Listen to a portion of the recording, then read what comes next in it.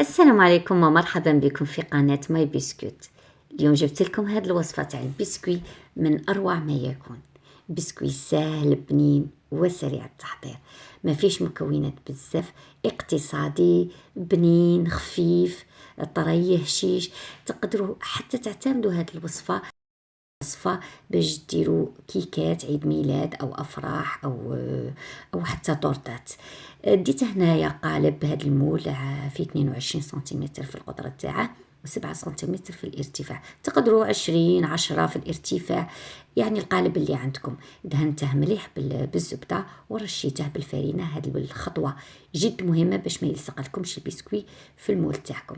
عندنا 2 حبات بيض بدرجه حراره المطبخ، نفصل الصفار عن البياض ونطلعوا البياض مع رشة من الملح ونصف عصير نصف حبة ليمون أو ملعقة خل.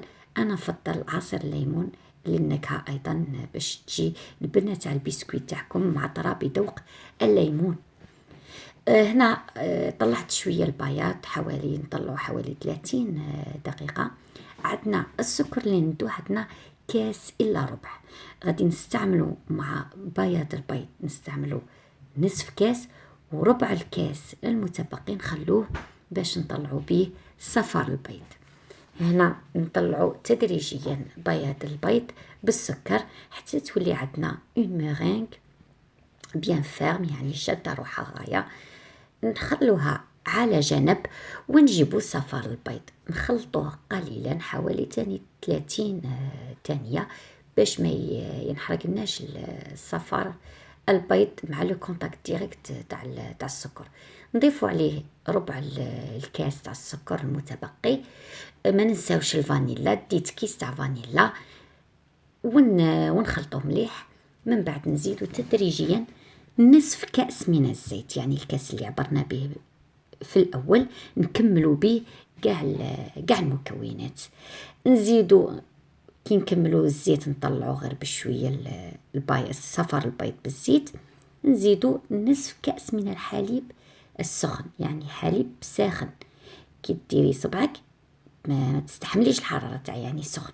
نزيدو غير بشويه حليب، ماشي دفعه واحده باش ما يطيبناش الصفار. نزيدو غير بشويه الحليب، بشويه نخلطو حتى نكملو الكاس تاعنا. من بعد نزيدو الفرينه ديت كاس ونص، نغربلوها طبعا مليح 2 أو 3 مع كيس من خميره الحلوى. نخلطو مليح، ويعني تخلط ما نخلطوش بزاف، نخلطو باش تتجانسنا المكونات. من بعد نزيدو تدريجيا هذيك لا مورينغ ونحاولوا نحافظوا على القوام تاع العجينه تاعنا، يعني ما نكسروهش هذاك لا مورينغ، ما نكسروهاش، يعني نخلو لها هذيك لا تيكستور تاعها. فيما بعد نكبوا العجين في القالب تاعنا، وكي نكبوا من الاعلى نرفد الاناء ونكب باش نخلي التهويه في العجينه تاعنا.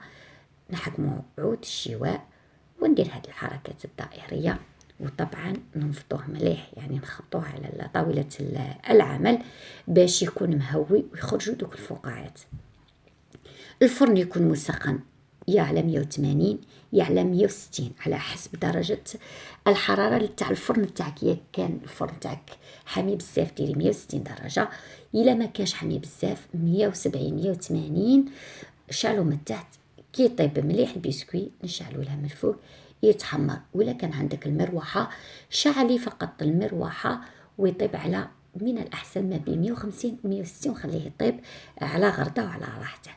كي يخرج مباشرة زينته معجون المشماش، ودرت فوقه لوز مهروش كان عندي، تزيين اختياري وعلى حسب ما يكون عندك في الدار.